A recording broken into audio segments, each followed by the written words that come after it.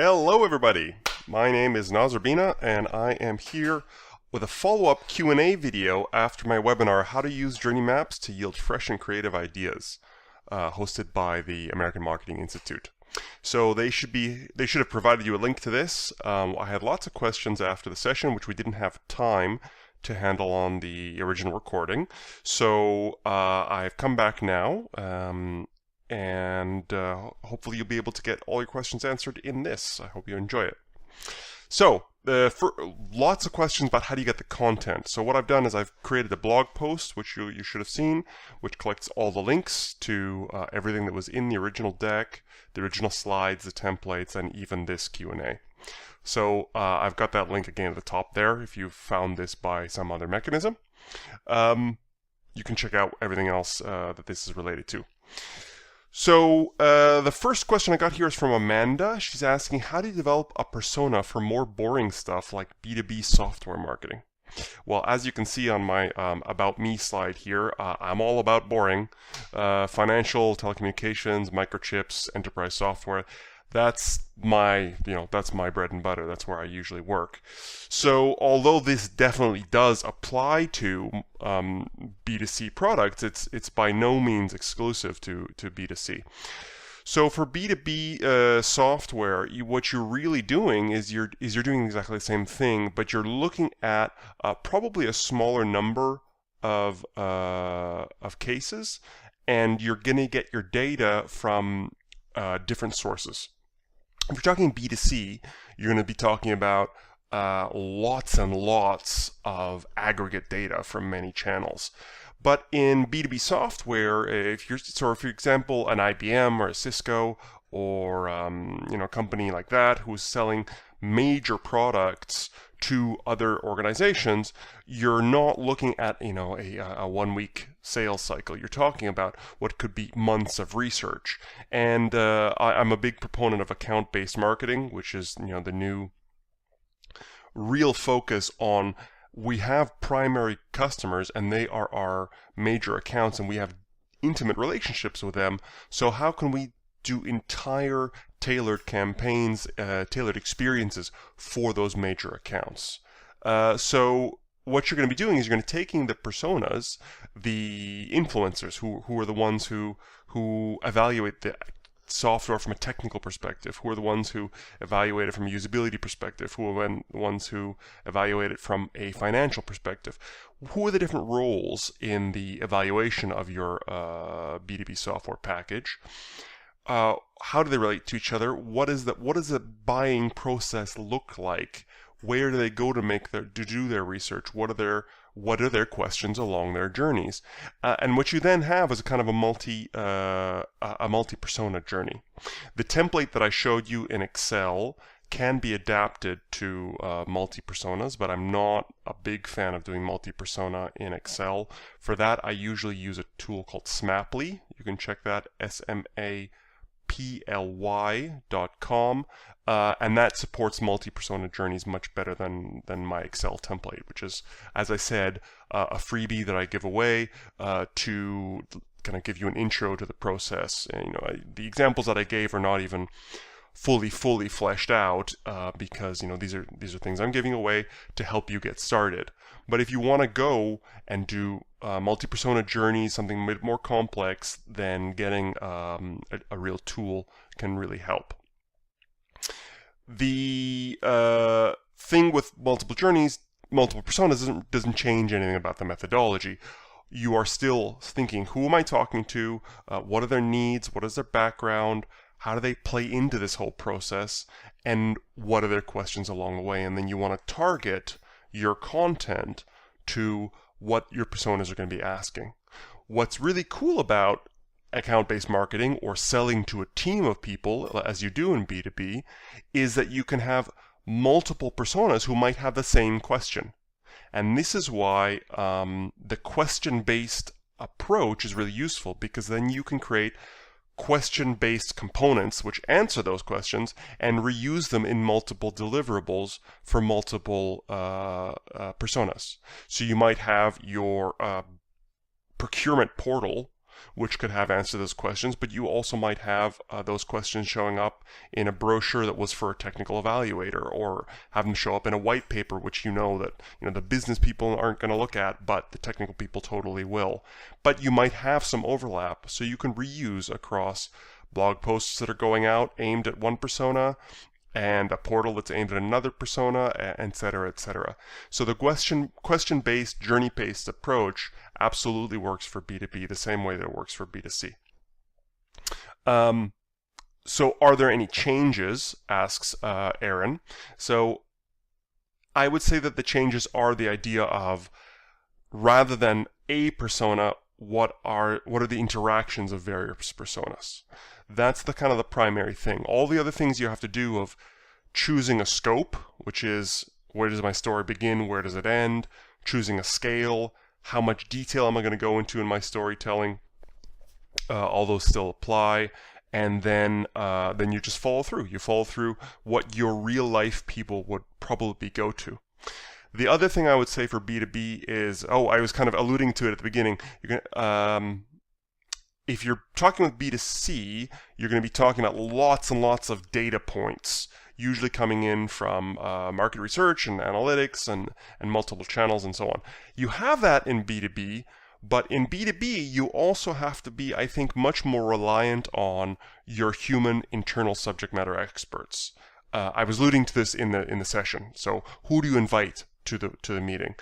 In B2B, you really need to have sales, support, trainers in the room who know the ins and outs, the fleshy detail of experience, and they can tell you, yeah, we're always getting this question, and we always handle it, but it would be nice if there was some content that handled it for us. Sometimes they won't be so helpful as that. You might have to tease it out of them. Salespeople or support or training, they just might be used to addressing the same question over and over again, and it might never occur to them that you could be proactive about delivering this content and this knowledge out into the market.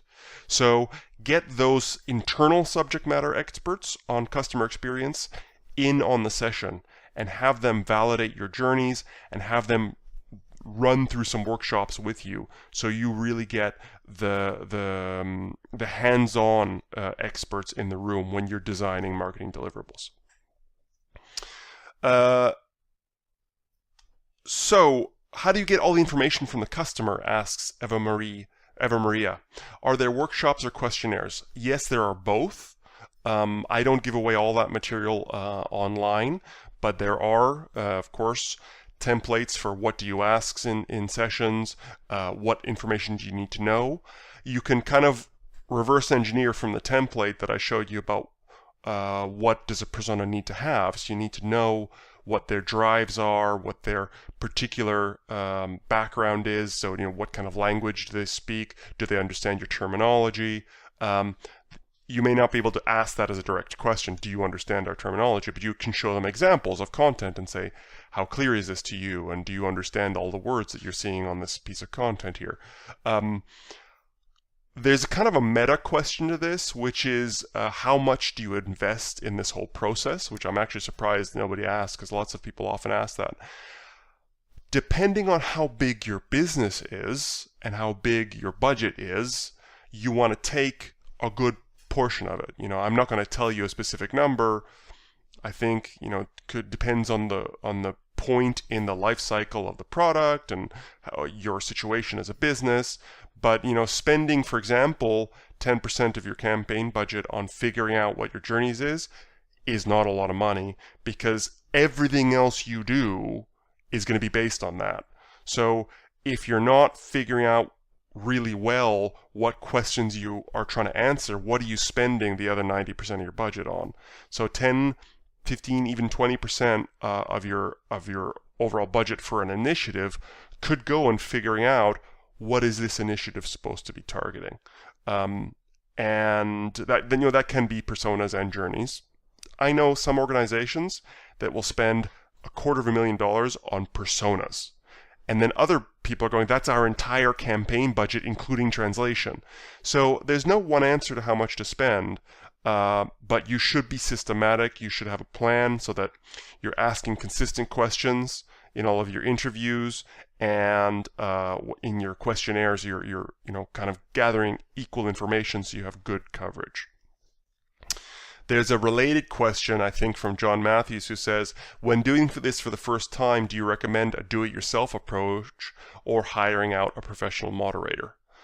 I spent years developing our methodology for doing this, so I think there is value in having a professional moderator in the room, but that depends on your budgets. I tend to work with large organizations because they have the budgets that they have the scale of issues that make services like mine relevant. If you're a smaller organization, maybe you have to do it yourself. I think there's a related question from Christian Bain. Should you include all different areas of your business? My company is about 8 people. Do I include it all, or do I work it alone and include the rest? So, so a company like that is not going to probably be able to get in a professional moderator. So you're going to have to get started on your own. That's fine.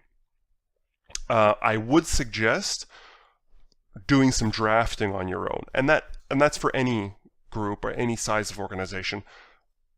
Work on this a little bit on your own. Work through the process in your head. Get yourself clear before you throw people into the room. Because what you don't want to do is have an aimless first workshop where you, as a session leader, are figuring this out with those people in the room. Because if you invite a bunch of people and the workshop is kind of all over the place, they're not going to feel this was a valuable use of their time. They're not going to want to contribute, and you're not going to get the contributions because you're going to spend cycles in the workshops figuring out how to run the workshop rather than getting the information you need. So definitely do some internal stuff, and I would say try it by yourself, think about it, do some drafting, bring in 1 or 2 other people who you can work with, who will be generous with their time, and then bring in everybody.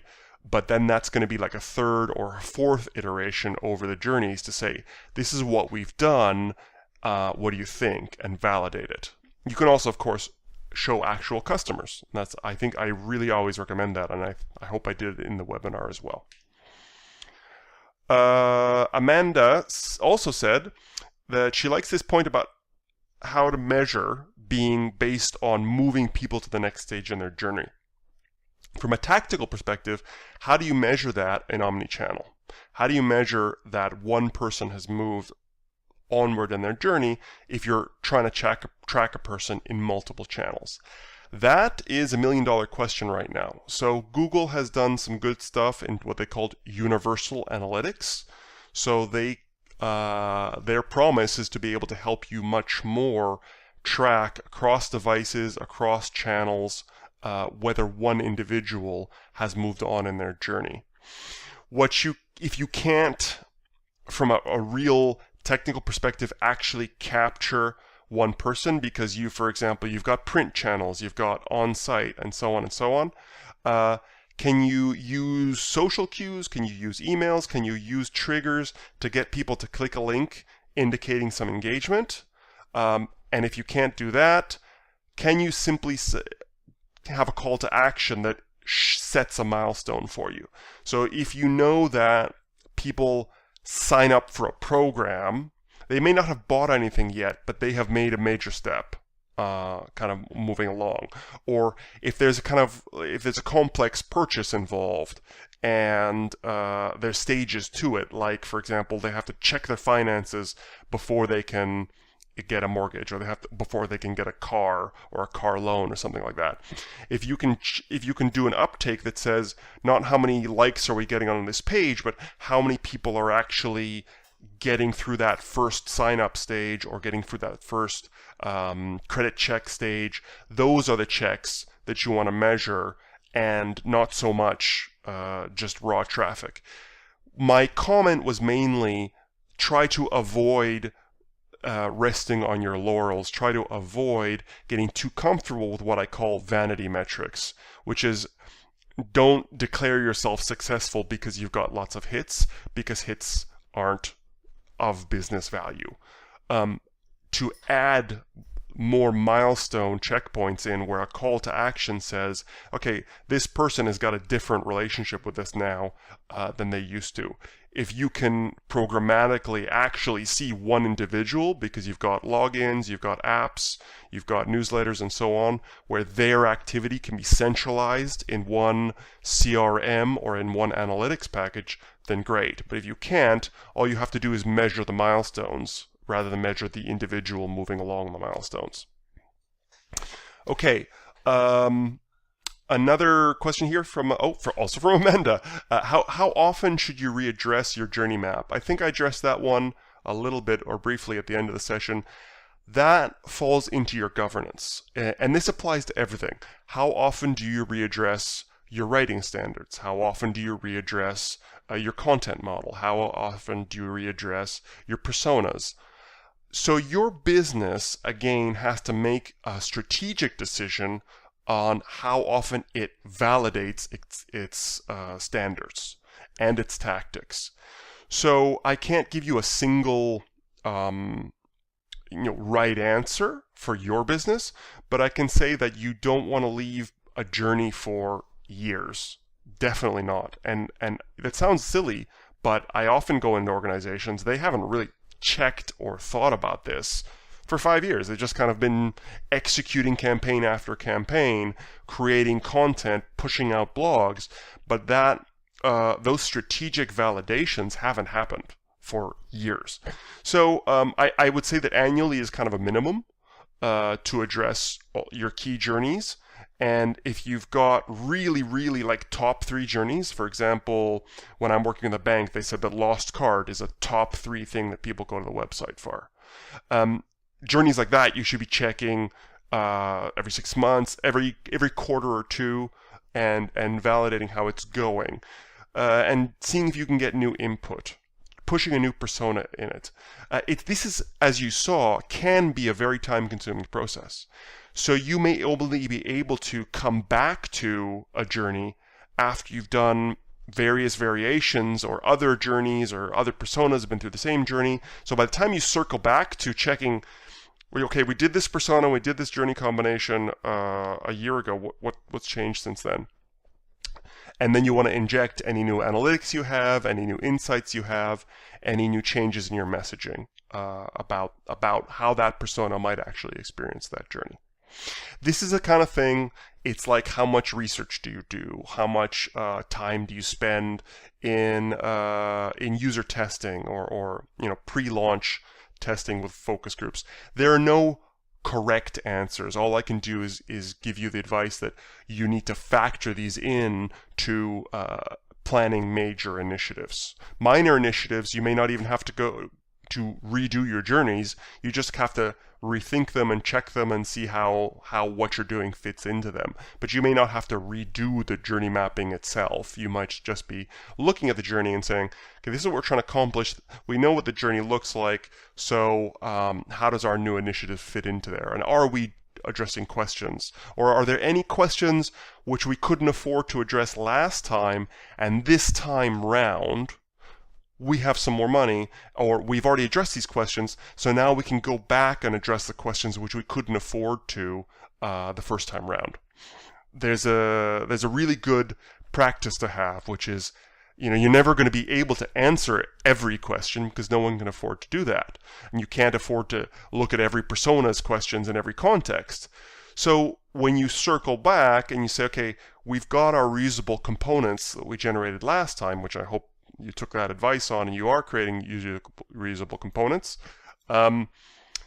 those components then can be added to when you come back to a journey, or when you're doing a new campaign which touches the same journey.